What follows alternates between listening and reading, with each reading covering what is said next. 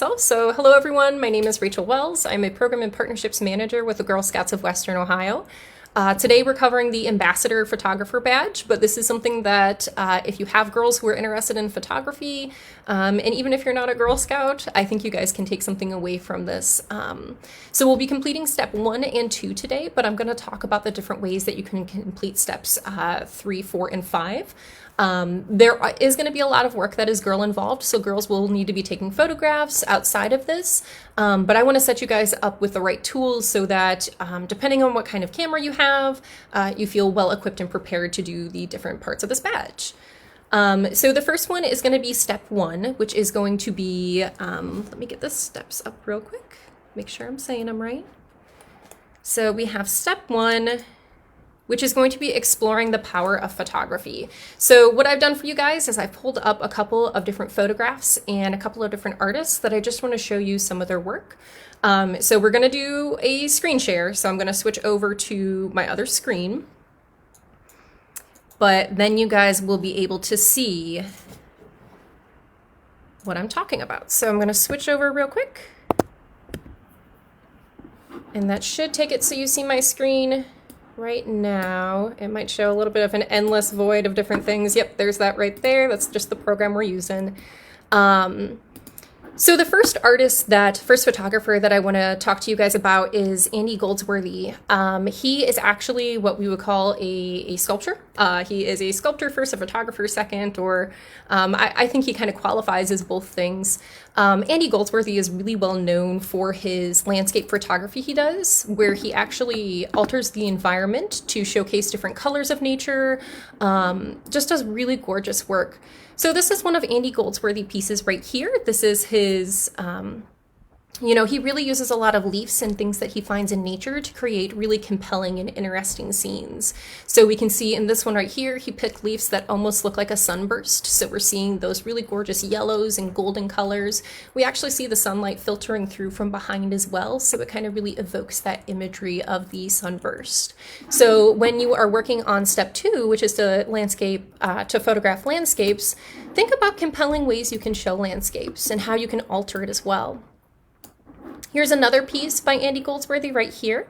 I really love this one. It actually almost looks like a bowerbird nest, which I recommend you guys look up. It's a really gorgeous nest that this bird builds.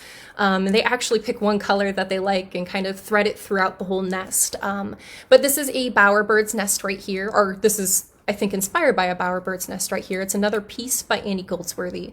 Really gorgeous, compelling, how it's layered. He's thinking of the ways that he can change the environment, but he's not damaging any environment that he's taking pictures in. So think about different ways that you can arrange the world around you while still not being disruptive of the space.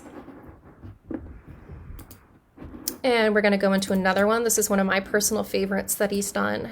And this is just a really gorgeous shot of, again, we're seeing how he meticulously layers these different colors of nature right here. So these really gorgeous orange colors, almost like a starburst of color. He's utilizing the nature that surrounds him. So he's found a pool of water to lay these leaves in. It's not disruptive. It's not going to hurt anyone in any way. It's not going to damage any habitats for animals.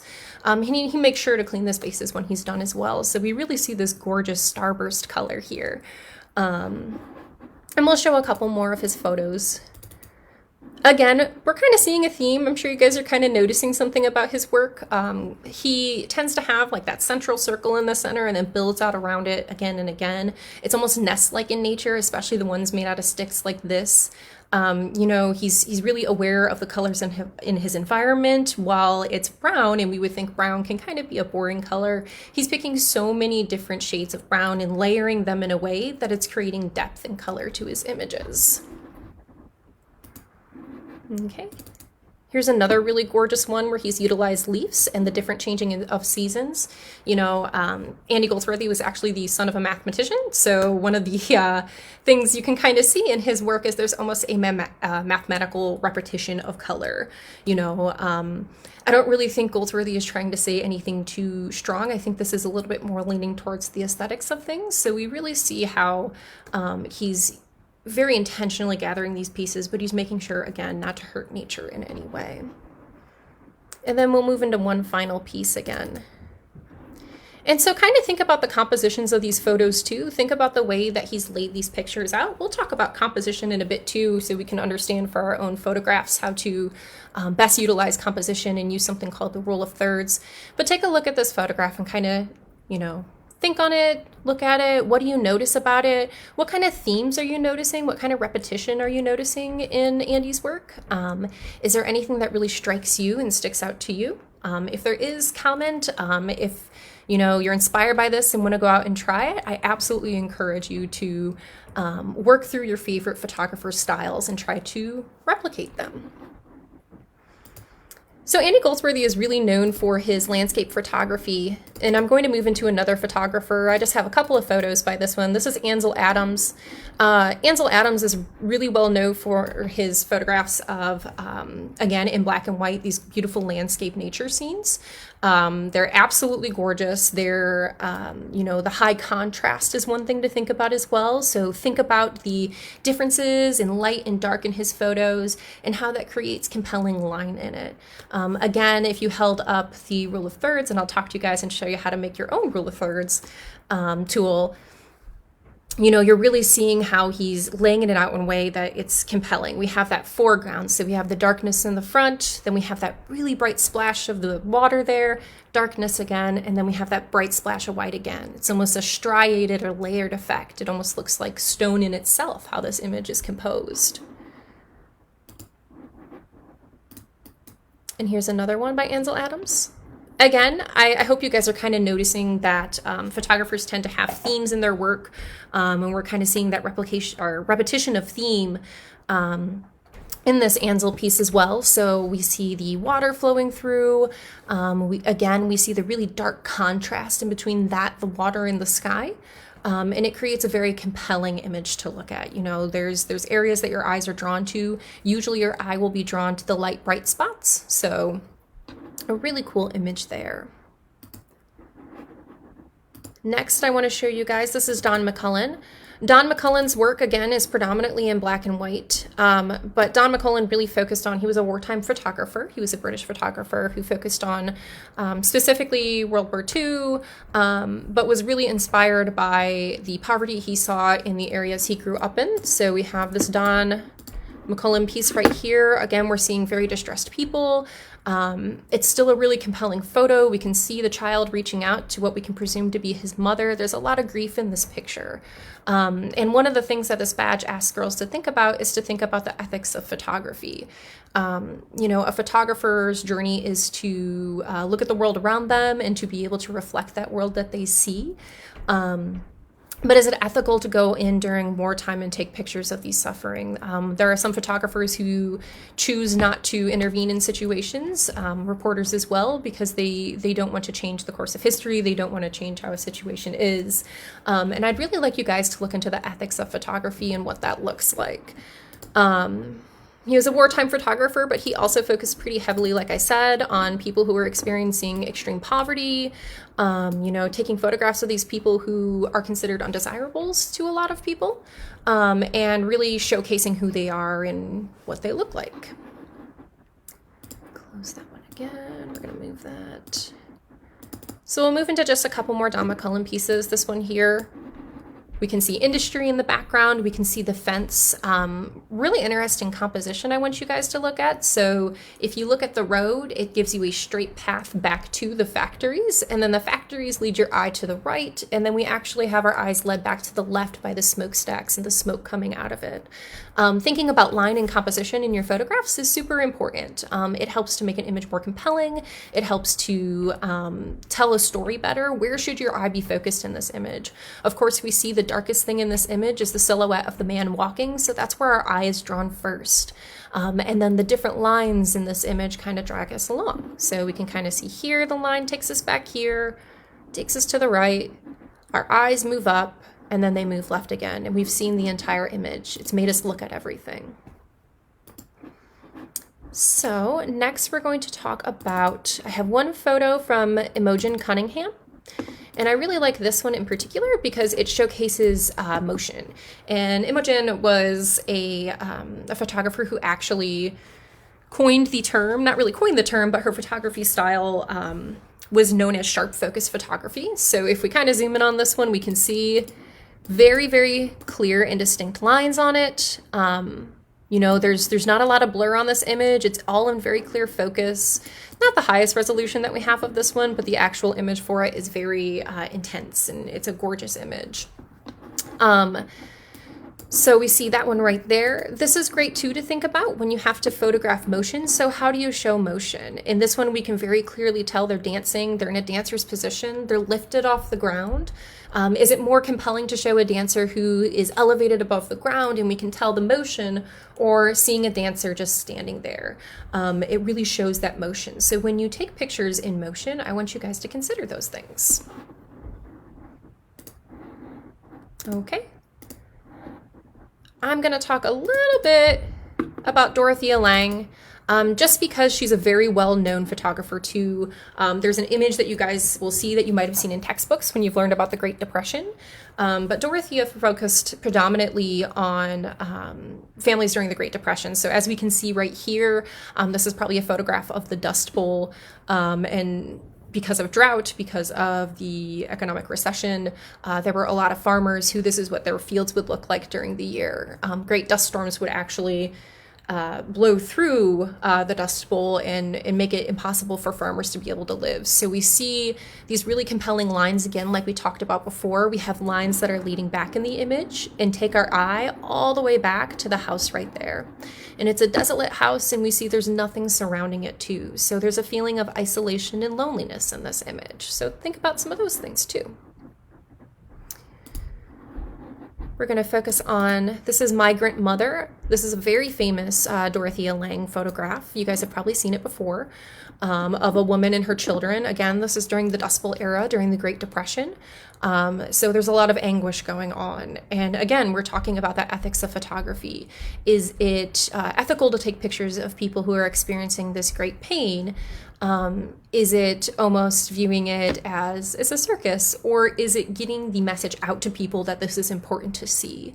You know, your opinions might vary depending. So I don't know if there's so much a right or wrong answer on the ethics of something like this. I think it's something that we can all talk about and consider. So those are some famous photographers I just wanted you guys to see, and I'm going to switch back now to my face, hopefully. And that'll cover step one for you guys.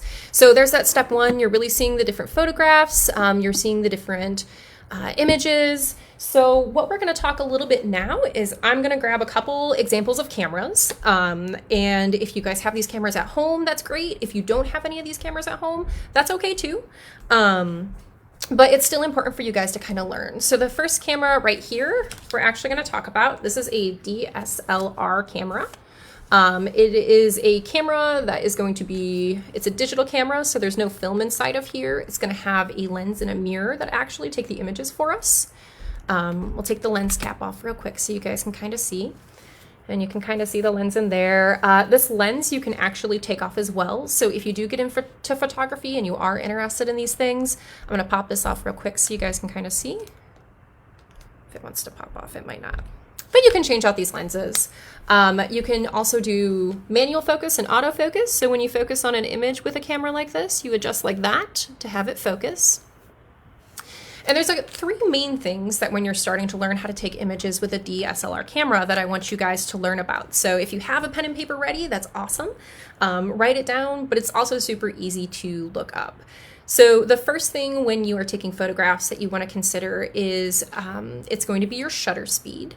So that is the number on your camera when you're looking at a camera like this that says 1 out of 60, it might look like. So 1-60. And that just means the shutter speed is how long your camera's shutter is open. So when a photograph is taken, it opens like that, the shutter, it lets the light in, and then it closes it so that you can get an image.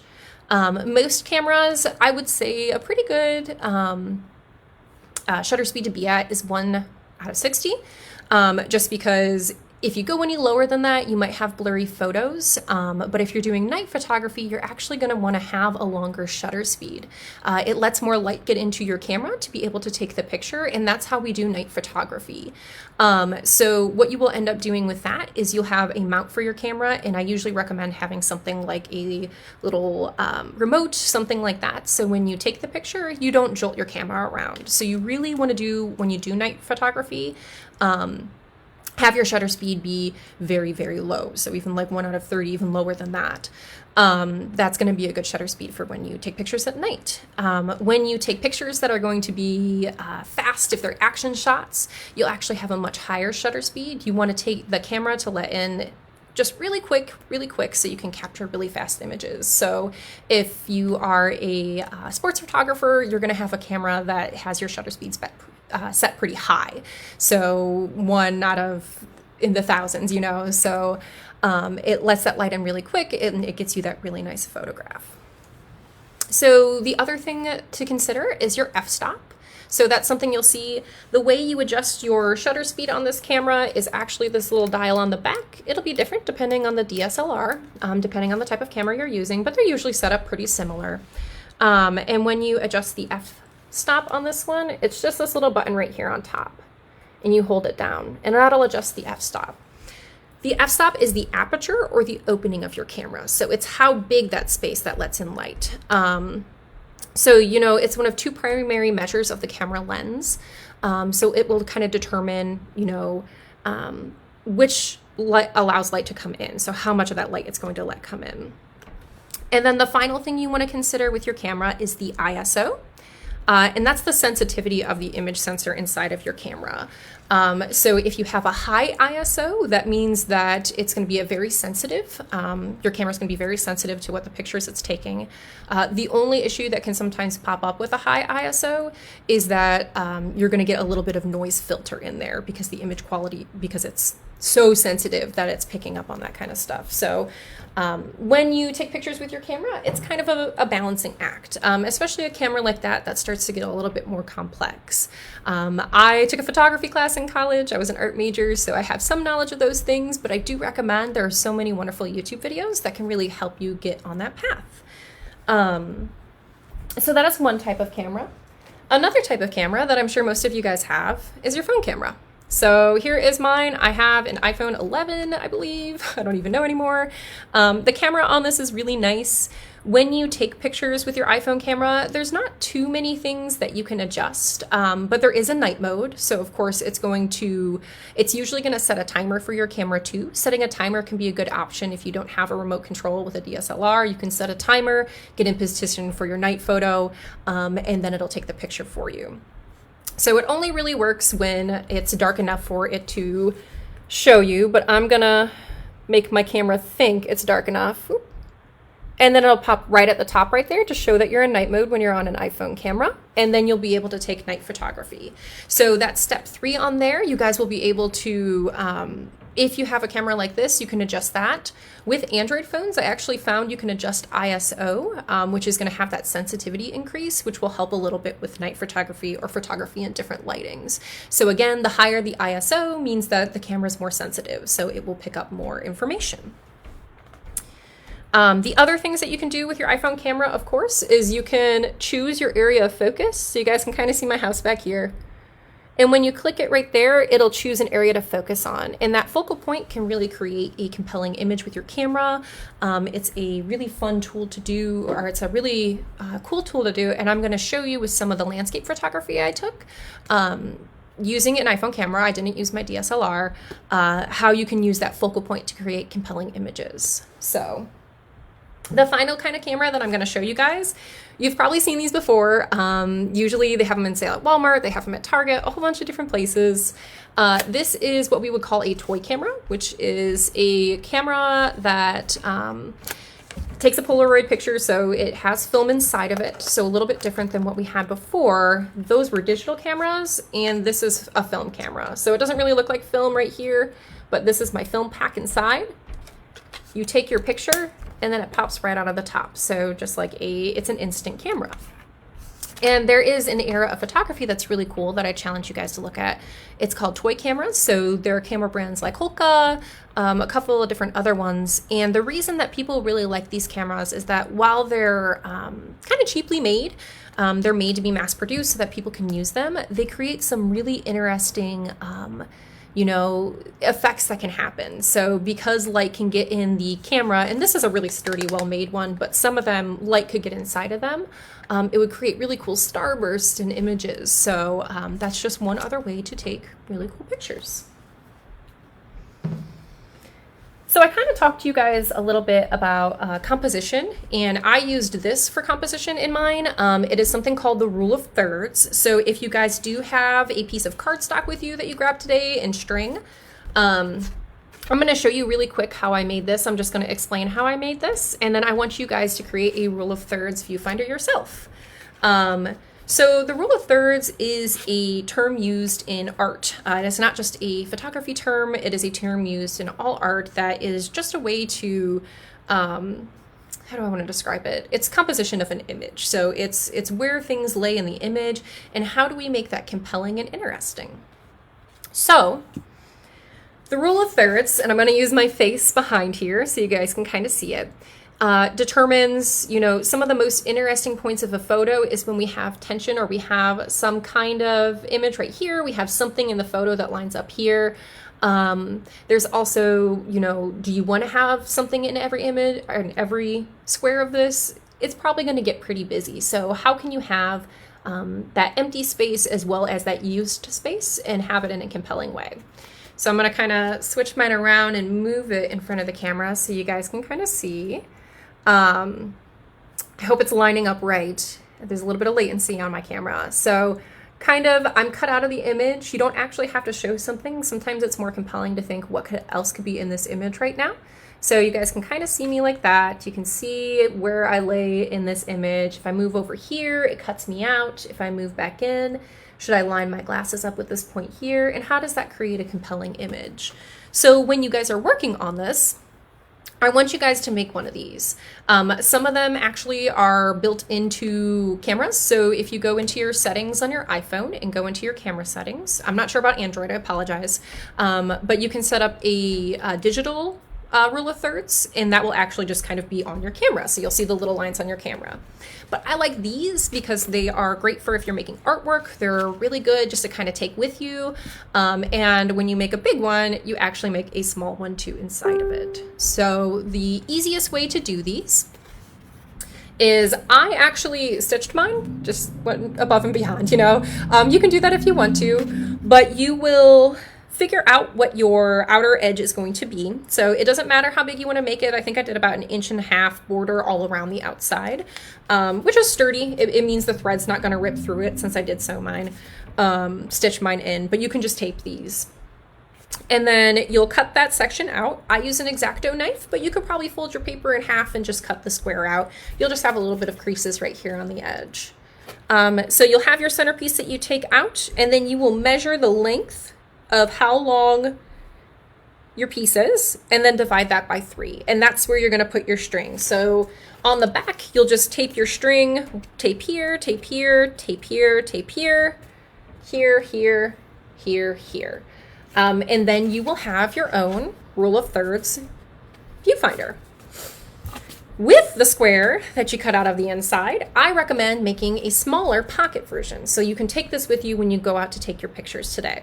So same process, you just cut out that center part, determine how big you want your border to be, tape on the back, and then you can create some really compelling images with this. I recommend kind of looking up what they say, how is an image gonna look compelling in there. Since this is a smaller viewfinder, now we only see just the edge of my face. Should I line up my chin on one of those tension points? Those are things to think of when you're taking pictures. And so just to wrap up, I'm gonna do the part of step 2 that I did, but I want you guys to think about these steps and take some of these pictures. Definitely comment on the video afterwards when it's posted. If you take some of these pictures or wanna send them in, we would love to see them. So I'm gonna go back to screen share really quick. Just make sure it works. And then I'll show you some of the landscape photography pictures I took and some of the ideas I had behind it. So I'm just going to shrink down that window so you guys don't have to see that. And we're going to look at some of the pictures I took. So I took them on 2 different days. I took them one on a sunny day. As you guys can probably tell at the top, there's a really vibrant blue sky in the background. And then today it's a little bit overcast. Still really nice weather out, but it's a little bit cloudy. So let's see how that changes things. So I live in an apartment complex, which means that, you know, there's limited nature. There's some trees that they've put out there for us, which is really nice of them to do, but there's some limited nature. But here's where you get creative in these things. And so what I did with this photograph is I really wanted to focus on that blue sky in the background. And I wanted to focus on the budding trees because all of the trees in my complex are currently coming to life, and it's really refreshing to see and go on these walks right now because, you know, we need to see some goodness in the world. You know, you can hear the birds chirping outside. You can really see how these trees are budding right now. So if I took a picture of this tree straight on, far back, it really wouldn't be a compelling image. I wouldn't be able to see the buds of the tree. There wouldn't be really any tension in that image. I might be able to create some of it, but I want you guys to think about getting close, up close and personal with your images and trying to create compelling compositions. So where does your eye go in this image? You know, there's a lot of lines. They kind of lead you in different directions. You're looking all over the composition of the image. And then there's that stark blue sky in the background too that really creates that depth and contrast. So the other thing to kind of notice too, as you can kind of see, and this is an intentional thing, that's that focal point we're talking about, but we can see in the back that some of these images are blurry. Now, this wouldn't really line up with Imogen Cunningham's photographs, which are that stark contrast photography, where everything is really intense contrast and intense, you know, clarity. So this is going to be a little bit less than that. And it actually helps your eye to focus on what you want the viewer to focus on. So these pieces in the back aren't really what I want you guys to focus on. It's these buds in the front that are really gorgeous.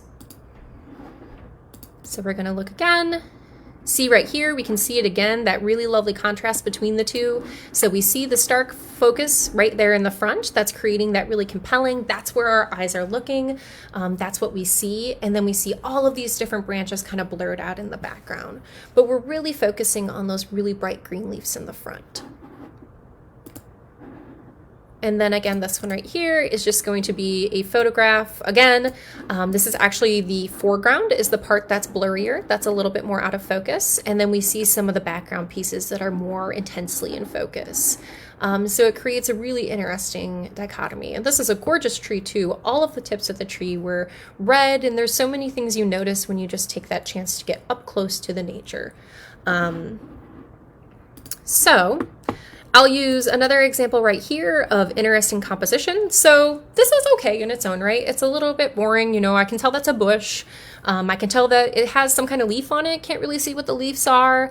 You know, it's pretty. It's a pretty color, but I'm not really getting a lot from this. There is some good line that's kind of pulling us to the back. We see, if we put up the rule of thirds, we'd see that it was hitting some interesting areas. The top portion right here would be right along or really close to that top line, so that's creating some dynamic tension. But I got up close and personal with the bush instead. And so this is the image that came out of that. And now we notice that the leaves are actually flowers, that they're small little buds. We see some that are coming in right here.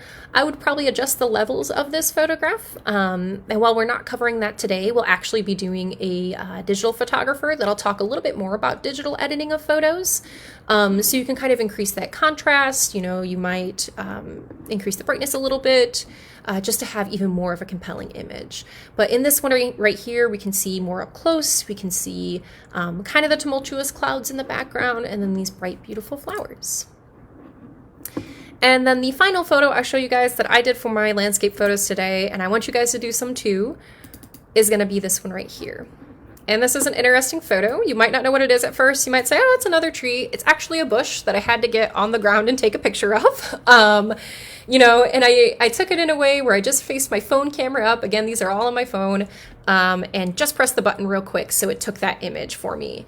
You know, I didn't know what that picture was going to look like. I didn't do a forward-facing camera so I could see what was going on. I did that rear-facing camera, which is a higher quality. It's actually the depth of field is a little bit longer in that one. It's the front-facing camera. If you've ever noticed that your nose is a little bit longer, it's not because your nose is long. It's just because that's how the front-facing camera takes that picture. It's that f-stop of that front-facing camera. But this one right here, again, we have some of that, the contrast facing up. We have that tumultuous sky in the background. Would probably lighten this digitally and add a little bit more contrast to it. But even the raw photo on its own, which is what we would call this as a raw photo, is still a pretty compelling image. So those are those. I'm going to switch back to my camera real quick. Option 1. There we go. Okay, awesome. So that about covers it today. That's steps 1 and 2. I did steps 2 for you guys, but I really do encourage you guys to get outside and take some pictures today. It is pretty gorgeous weather up here in Toledo. I hope it is nice where you guys are living right now too. You know, think about what we talked about with that ISO and adjusting that to get a little bit more sensitivity for night photos. Set a timer on your camera when you're taking pictures in different types of daylight. So if it is lower light, your phone sometimes will adjust, the iPhone does at least, to a night mode, and then it has a timer set on it. I don't usually recommend a flash for night photos, actually. Most photographers won't use flash for night photography if they're looking for an artistic photo. They usually do a little bit more lighting. They have a lower shutter speed. They'll have a higher ISO, a lot of different tips and tricks to get some more light into that camera. Depending on the lens too, that can adjust that as well. So we did steps 1 and 2 today, guys. So I hope you guys also make your viewfinders. It's technically not part of the badge work, but I think this is a really handy tool for when you're getting used to composition, and use this in any kind of artwork that you make. So those steps 3, 4, and 5, you guys will complete on your own, but you have the tools to take pictures of motion, take portraits in different lighting, and then tell a story with your photographs. So think about at the beginning of this video what those artists were trying to say with the photos that they were taking. You know, why would we want to take pictures of poverty for a country that might not see this day to day? You know, this is a pretty tumultuous time too, so think of the kind of photographs that you can take as well. Do you want to focus on nature and how beautiful the world can be?